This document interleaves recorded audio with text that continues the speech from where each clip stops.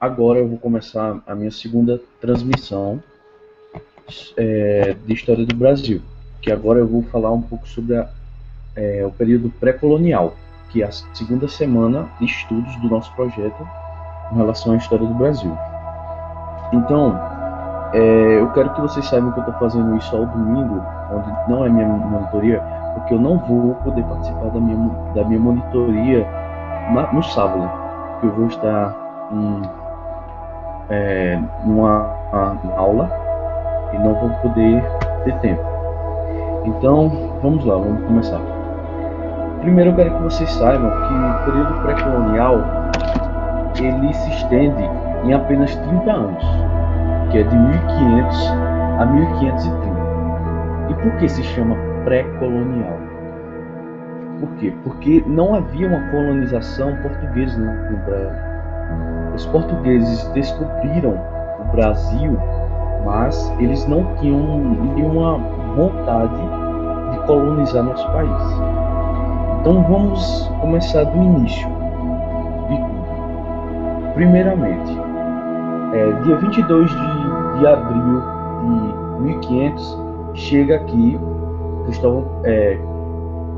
Cristóvão Colombo, Pedro Álvares Cabral, com as suas 13 caravelas, chegando atualmente Porto Seguro, e dando de cara com inúmeros selvagens, entre aspas, que seriam os índios que já habitavam as nossas terras. Então, aquilo foi algo novo, porque existia as navegações, como eu já falei na última aula, as navegações da Europa, principalmente entre a Espanha e Portugal, que disputavam essas navegações marítimas, principalmente em busca de um novo caminho às Índias, em busca das suas especiarias e tal. Então, Cristóvão Colombo ele conseguiu chegar à América em 1492. Já Pedro Álvares Cabral chegou ao Brasil em 1500, dia 22 de outubro de 1500. Ele, de repente, viu um monte e deu nome a esse monte de Monte Pascoal. Ele pensava que era apenas um monte, quando chegou deu de cara com os índios, e passando um tempo ele percebeu que poderia ser uma ilha. Principalmente quando ele foi embora, ele achou que poderia ser uma ilha. Embora atrás das Índias, ele achou que poderia ser uma ilha e botou Ilha de Veracruz. Ainda tendo um pouco sem saber se seria um continente ou uma ilha. E, por fim, depois de muito tempo, quando descobriram que poderia chegar a um continente, botaram o nome de Terra de Veracruz. Só ao fim, em 1511, quando descobriram que aqui tinha pau-brasil, que é usado na tecelagem de roupas, que eram usados na tecelagem de roupas, a sua madeira na Europa naquele tempo, e tinha um grande valor econômico, foi que deram o nome que temos hoje, Brasil. Então vamos entender. Pedro Álvares Cabral chegou ao Brasil em 1500, então de 1500 até 1530 não existia colonização no Brasil. Tem que frisar isso, não existia colonização. Muitas pessoas trocam, muitas pessoas acham que a colonização do Brasil é desde 1500, mas não é. A colonização do Brasil é de 1530 para lá, quando Martim Afonso de Souza veio colonizar o Brasil, em 1531 exatamente. Então, vamos desde o início. O que acontecia nesse período pré-colonial? O que ocorria? Primeiro a gente tem que frisar que era habitado por nações indígenas, inúmeras nações indígenas. E estima-se, alguns estudiosos estimam que poderia chegar de 3 a 4 milhões de indígenas que habitavam a nossa terra antes da colonização, em 1530, inúmeros índios. Então nossa terra já era habitada. Não existe essa história de descobrimento do Brasil. Isso é balela, isso é coisa de eurocentrismo. Então vamos entender. Já existia índios habitando nossa terra, como todo mundo já sabe. E o máximo que a corte portuguesa fazia era expedições de guarda-costas e reconhecimento territorial. Ela mandava expedições para proteger o litoral brasileiro contra saques de outros países europeus e também fazer reconhecimento territorial para descobrir o que poderia ter no Brasil, o que o Brasil poderia ter de valor econômico para a coroa portuguesa. Isso era muito importante para ela. O que ela frisava aqui no Brasil era isso, o valor econômico. Simplesmente isso.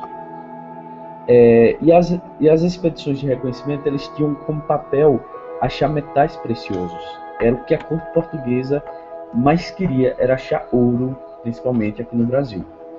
Só que isso só vai ocorrer em muitos anos depois. Então, vamos saber que o único produto rentável economicamente para a corte portuguesa, por enquanto, era apenas o pau-brasil. Então, existia, existia antes da colonização, levavam-se nas caravelas o pau-brasil para usar nas tecelagens, certo? E não houve interesse da coroa portuguesa em nenhum momento de colonizar o Brasil, porque levava o pau-brasil pelas caravelas até a corte portuguesa e não teria o porquê de mandar pessoas para colonizar o Brasil. Não teria nenhuma necessidade econômica, pelo menos nesse tempo. E outras coisas que os portugueses fizeram foi a construção de feitorias. Tem que frisar muito isso. Muita gente não sabe o que é feitoria. Já ouvi falar, mas não sabe. Feitoria era onde eram armazenados o pau-brasil. O pau-brasil era armazenado nas feitorias.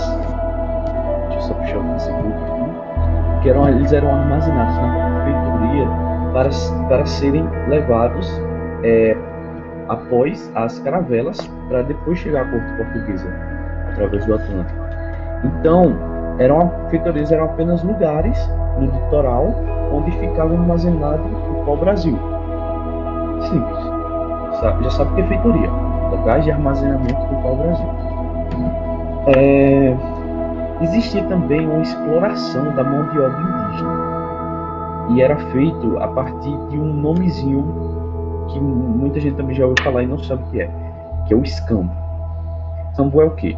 É você pegar algo que para você, pelo menos, não tenha valor tanto econômico como valor de uso, e dar a pessoa como um pagamento para a pessoa fazer algo para você. Isso seria um escambo. Então, os portugueses faziam o quê? Eles davam espelhos, bugigangas, todo tipo de bugiganga, chocalhos, colares simples, sem nenhum valor econômico, que para eles e para os indígenas, que aquilo era novo para o indígena. Eles nunca tinham visto aquilo.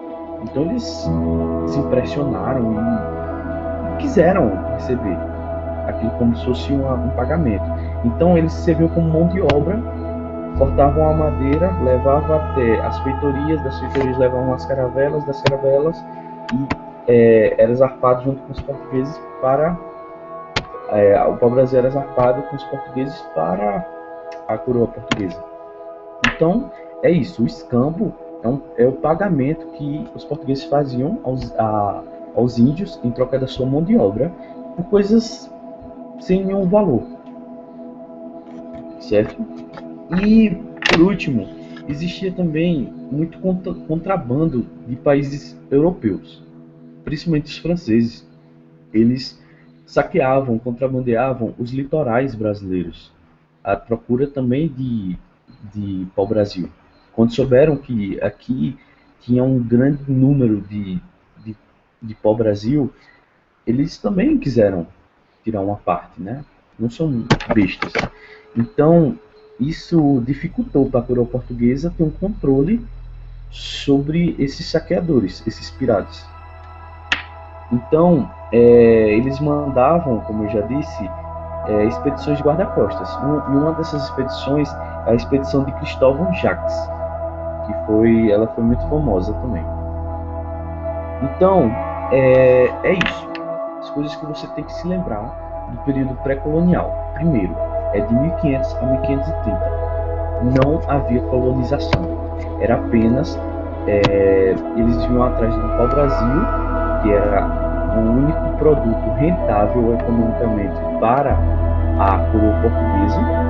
Dali eles usavam o escambo para conseguir a mão de obra dos índios, das tribos indígenas, e daí eles levavam as feitorias, que eram locais de armazenamento do pau-brasil, para depois levarem pelas caravelas o pau-brasil para ser usado nas redes de tecelagem.